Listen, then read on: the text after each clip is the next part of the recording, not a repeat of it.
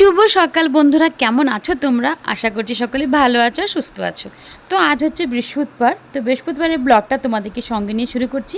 আশা করছি ভিডিওটা তোমাদের ভালো লাগবে। আর ভিডিও শুরু হওয়ার আগে প্রতিদিনের মতন একটা কথাই বলবো যে প্লিজ ভিডিওটা একটা লাইক করে ফুল ওয়াচ করো, কেউ কিন্তু স্কিপ করে দেখো না। আর কাছে দূরে যে যেখান থেকে ভিডিওটি দেখছো তাদের সকলকে জানাই অসংখ্য ধন্যবাদ। তো এখন দিচ্ছে দিদি পুজো। আজকে না আমি পুজো দিইনি, দুদিন ধরে অবশ্য দিদি পুজো দিচ্ছে, আর আমি আর ভাগ্নি এখানে দাঁড়িয়ে দাঁড়িয়ে পুজো দেখছি। সকালে উঠে কিন্তু আমাদের সবার স্নান হয়ে গেছে, ভাগ্নি জাস্ট এখনই ঘুমের থেকে উঠলো। আর এখানে দিদি কিন্তু মোটামুটি পুজো একদম কমপ্লিট, এখন পড়ছে পাঁচালি। আর এদিকে রান্নাঘরে যে সমস্ত কাজগুলো সেগুলো আমি সকালে করে রেখেছি মোটামুটি।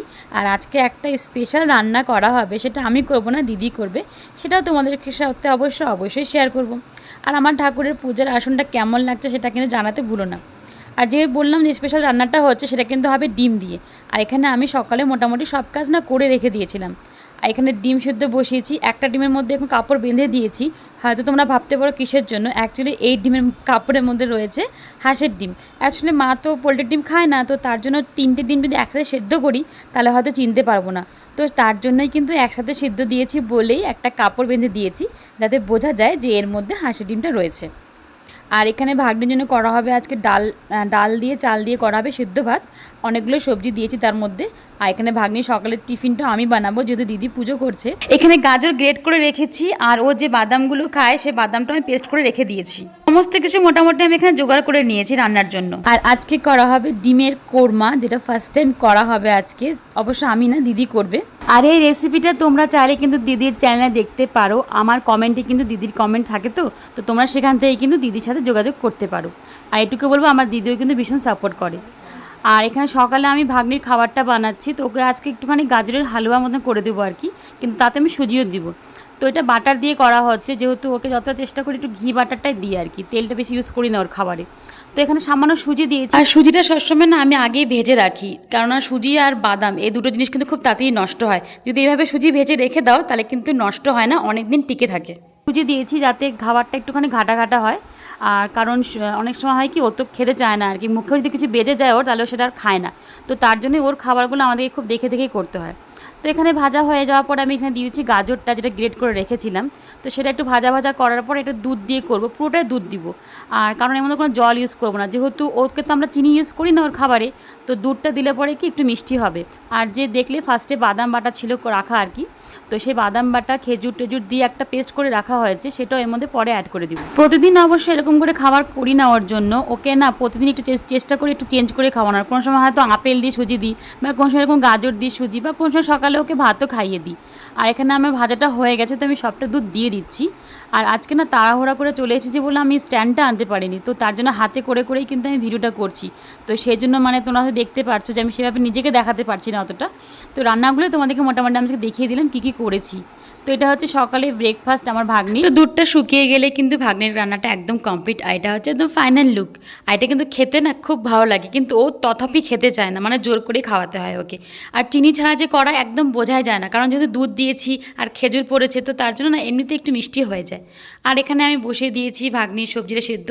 আর যেই আমি ভাবলাম কি একটু মাছটা ভাজবো, অমনি সময় চলে এলো একটা পার্সেল। আরও একটা পার্সেল পেয়েছি আজকে, সেটা কি অবশ্য তোমাদেরকে এই ভিডিওতেই শেয়ার করবো, তবে লাস্টে, একদম লাস্টে। এখন কিন্তু তোমাদেরকে সেটা আমি শেয়ার করছি না। তো পার্সেলটা নিয়ে আমি বাদবাকি যে কাজগুলো ছিল সেটা করে নিলাম। দিদির পুজো হয়ে গেছে, তো এখন দিদি করবে দিদির রান্নাটা। তো সেটা তোমাদের সাথে হয়তো সামান্য একটু শেয়ার করবো, ফুল ভিডিও শেয়ার করতে পারছি না, যেহেতু এটা ওর রান্না, মানে ওর চ্যানেলে পোস্ট করবে, তার জন্যই কিন্তু। আর এখানে দেখো ও এভাবে স্ট্যান্ড লাগিয়ে ভিডিওটা করছে, আর পাশে কিন্তু অন্য রান্নাও করছি আমি, মানে যেগুলো বাকি আছে আর কি। কালকে কিছু বেঁচে গেছিলো খাবার, সেটা গরম করব। আর পরে ভাবলাম কি একটুখানি উচ্ছে সিদ্ধ করব, তো সেটাই করছিলাম। তো এটা হচ্ছে দিদির রান্নার ফাইনাল লুক। খেতে কিন্তু অসাধারণ হয়েছিল, ফার্স্ট টাইম করেছে অবশ্য দিদি নিজেও এটা, কিন্তু খেতে খুব ভালো হয়েছে। এর আগে আমি শাহি চিকেন বানিয়েছিলাম, সেটাও কিন্তু অনেকটা এরকমই খেতে। তো ওভারঅল কী কী রান্না হয়েছে সেটা তোমাদেরকে দেখিয়ে দিই। আর এখানে রয়েছে ভাত, আর ভাগ্নির যে ডাল করেছিলাম, ডাল না সরি, মানে চাল ডাল মিলিয়ে যে সিদ্ধ ভাত করেছে সেটা, আর এটা হচ্ছে ডিম কোরমা। আর হাঁসের ডিমের মধ্যে না আমি একটা লবঙ্গ ঢুকিয়ে দিয়েছিলাম, যাতে বোঝা যায় যে এটা মায়ের জন্য, মানে হাঁসের ডিম। আর আমাদের পোলট্রি ডিম দিদি আর আমি তো নর্মাল চেনার কোনো অসুবিধা নেই। আর এখানে রয়েছে মাছ ভাজা, ভাগ্নির জন্য, আর মোচা ছিল সেই মোচাটা, আর করেছিলাম অল্প উচ্ছে সেদ্ধ, তো সেটাও রয়েছে, আর স্যালাড, আর সঙ্গে দই রোজকার মতন। আর যেহেতু এখন তো ইদানিং কিছুদিন মোটামুটি বলতে পারো যে সকাল সকাল সব কিছু হয়ে যাচ্ছে, ওই 11:30 12টার মধ্যে লাঞ্চ কমপ্লিট হয়ে যাচ্ছে, তো তার জন্য দইটা খেতে পারছি। আর প্রতিদিনের মতন একটা থাল সুন্দর করে সাজিয়ে দেওয়া হয়, যেটা সবশেষে কিন্তু মাকেই দিই আমরা, আর এটা দিদি পোস্ট করবে, দিদির লাঞ্চ থালি হিসেবে ছাড়ে আর কি। তো এখানে আমরা মোটামুটি এখানে করে নিচ্ছি এখন লাঞ্চ, সবই খাচ্ছি এখন। অনেকে তোমরা ভাবা আমি ডায়েট করছি তাও সব কিছু খাচ্ছি কেন, হ্যাঁ সবই খাচ্ছি, কিন্তু ভাতের পরিমাণটা একদম কমিয়ে দিয়েছি। তো চলো তোমাদের সাথে এখন পার্সেলটা ওপেন করি। তো প্লিজ শেষ পর্যন্ত থেকো, নাহলে কিন্তু জানতে পারবেন না আমি কি অর্ডার করেছিলাম। আর এটাও কিন্তু আমি অ্যামাজন থেকেই করেছি। তো চলো তোমাদেরকে এখন এটা খুলে দেখাই, নাহলে তোমরা বুঝতে পারবে না। আর তোমাদেরকে সব ফার্স্টের প্রাইসটা বলি। তো এটা ছিল দাম হচ্ছে 999, মানে 999 টাকা, কিন্তু আমি এটা ডিসকাউন্টে নিয়েছি, সেটা আমার পড়েছে 399, মানে ওই 400 টাকায় ধরো 399 টাকা। তো এটা হচ্ছে প্রাইস ট্যাগটা তোমাদেরকে দেখিয়ে দিয়ে তোমরা বিশ্বাস করো। আর এটা এখন তোমাদেরকে খুলে দেখাই চলো, বাট এখনও তোমরা বুঝতে পারছো না আমাদের কী আছে, একটু খুললে অবশ্যই বুঝতে পারবে। তো যাই হোক, ভিডিওটা পুরো দেখতে থাকো, তাহলে বুঝতে পারবা কী আছে। আর বেশি বড় করবো না, এখানেই কিন্তু শেষ বলতে পারো। তো ভিডিওটা কেমন লাগলো অবশ্যই জানিও। যারা নতুন দেখছো তারা কিন্তু চ্যানেলটাকে প্লিজ সাবস্ক্রাইব করে পাশে থেকো, আর যারাই দেখবে না কেন ভিডিওটা ফুল ওয়াচ করো। তো এতক্ষণে কি তোমরা বুঝতে পেরেছো এটা কি? এটা হচ্ছে ফ্যান কভার। অ্যাকচুয়ালি যে স্ট্যান্ড ফ্যানটা ছিল সেটা যেদিনকে পরিষ্কার করলাম তোমরা দেখেইছো, তো এটা ধুলা হয়ে যাচ্ছিলো, তো তার জন্য এই কভারটা আনা হয়েছে। আর কভারটা কিন্তু এমনি সব দিকে ঠিকই আছে, খালি নিচের পার্টটা না একটুখানি মানে ঢোকাতে একটু সমস্যা হচ্ছিলো, তবে ঠিক আছে, কোনো অসুবিধা নেই, যেটা যেরকম সেরকম তাকে চলতেই হবে। আর এখানে একটা দিয়েছে রিবেন, যে রিবেনটা মাঝখানে বেঁধে দিতে হবে, তাই দেখতে একটু ভালো লাগে। তো ফ্যান কভারটা কেমন হয়েছে তোমরা কিন্তু কমেন্ট বক্সে অবশ্যই জানিও। আর এটা কিন্তু প্লাস্টিকের মধ্যে, তো তার জন্য ধুলো বালি বা জল কোনো কিছুই কিন্তু এর মধ্যে ঢুকবে না, একদম পুরো প্যাকড আপ করা আছে ওপর থেকে নিচ পর্যন্ত। আর এই রিবেনটা দিয়ে এখন বেঁধে দিচ্ছি, যখন খোলা হবে তখন নিচের থেকে আবার এটা খুলে নিবে হবে, খুব একটা সমস্যা নেই খুলতো এটা। তো যাই হোক, এটা আমি অর্ডার করেছিলাম, সেটা আজকেই পেয়েছি, তোমাদেরকে সেটা আজকে দেখিয়ে দিলাম আর কি। তো কেমন লাগলো অবশ্যই জানিও, যদি ভিডিওটা ভালো লেগে থাকে তাহলে একটা লাইক করে দিও, আর যারা চ্যানেলে নতুন আছো তারা চ্যানেলটাকে সাবস্ক্রাইব করে দিও। চলো বাই, টাটা, সবাই ভালো থেকো, সুস্থ থেকো।